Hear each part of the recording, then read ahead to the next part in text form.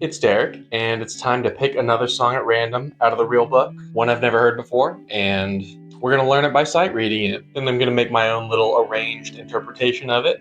Then I will listen to a recording of it, and then we'll talk about it. We'll see what went right, we'll see what went wrong. Here we go.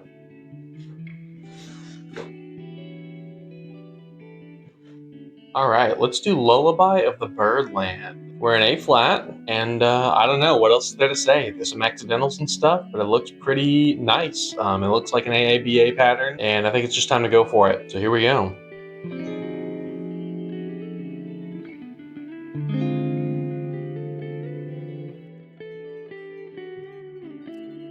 Man, these first few chords are kind of getting me.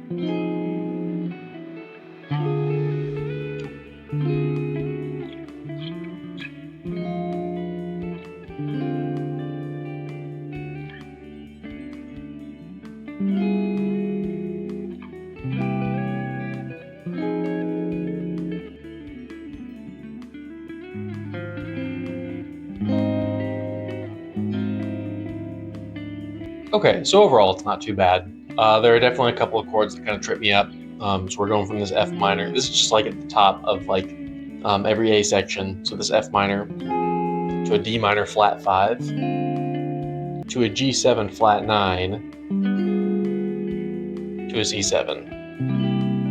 And I think those are the voicings that I'm going to use. I'd like to use this D minor 7 flat 5, but it's a little scrunched. I don't know. Maybe I just need to get good.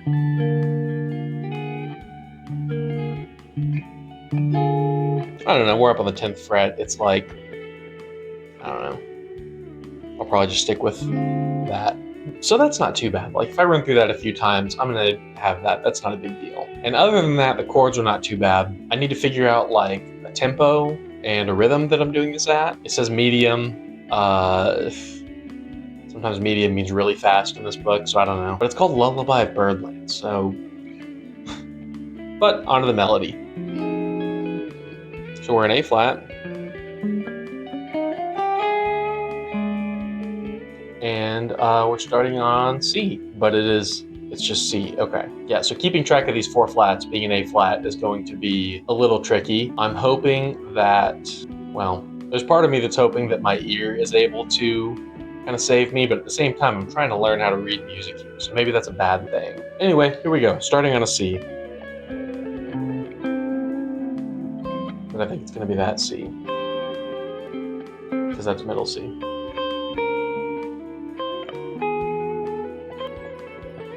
And then we go down to a D, but it is marked as natural.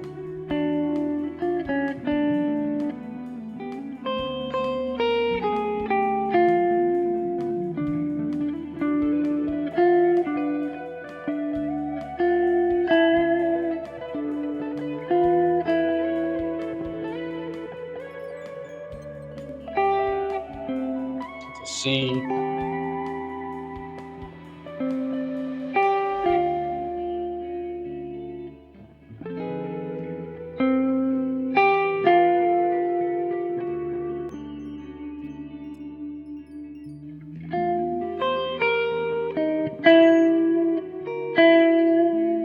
E natural.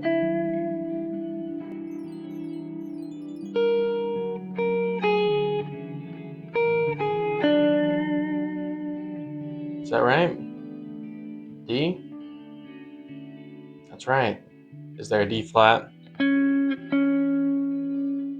It is D flat, it's not D. I like the little thing that it's doing there in the melody. So we have like this little...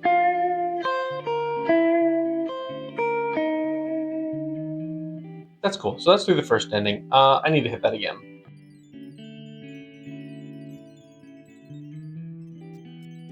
And then a whole rest. Okay. And then we go into our B section. Okay. C. That should be a C. Am I sure that's right? E? Oh. It's not right. It's that.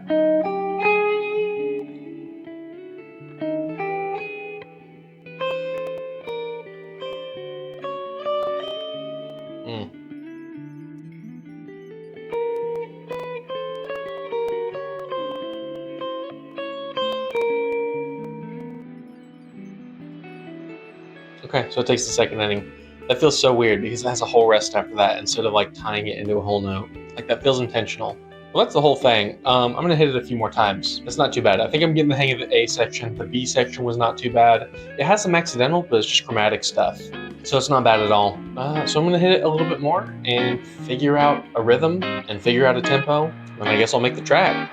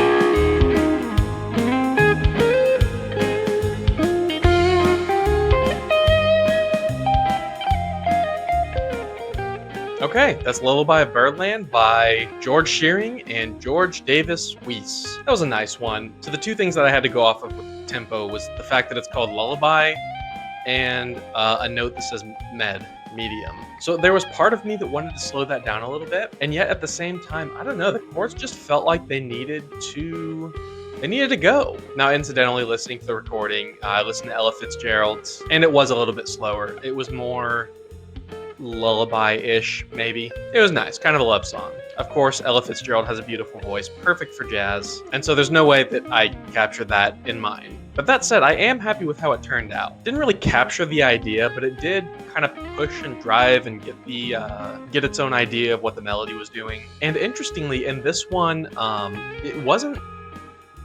the difficult part wasn't so much the melody as much as it was the chords. Now, they weren't particularly difficult chords necessarily. Our few that we had at the very beginning were kind of weird to switch between. It was more just pushing that speed. Not that I did it particularly fast, but a lot of these chords were like half a measure long, and so there were just a lot of chord changes.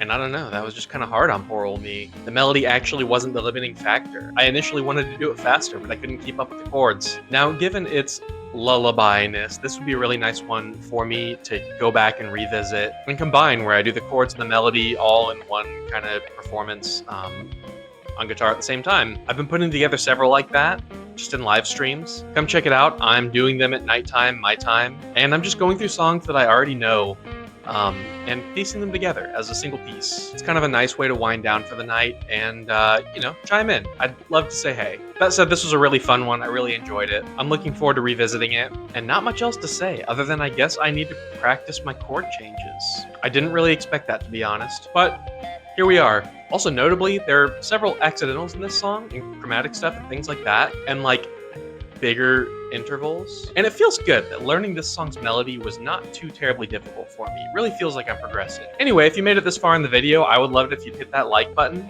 subscribe if you're into this sort of thing, and say hey in the comments. Feel free to request a jazz song that I pick up next time. I mean, these are random, but it doesn't have to be. And I guess I'll see you in the next one. Also, I got a haircut. Let me know if you like it. All right, see ya.